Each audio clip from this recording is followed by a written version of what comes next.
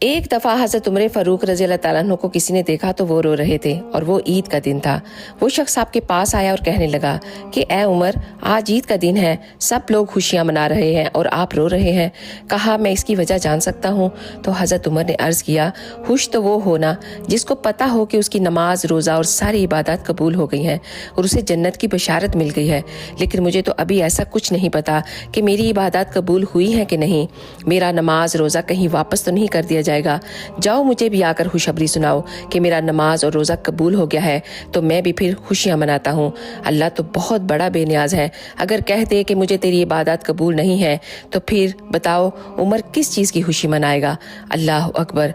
जैसा कि आप सब लोग जानते हैं कि यहाँ जैसे ही ईद का ऐलान होता है और सारे बाजार खुल जाते हैं और सारी रात वहाँ तमाशा होता रहता है, सारी की सारी इबादतें अपने ही हाथों गंवा दी जाती हैं।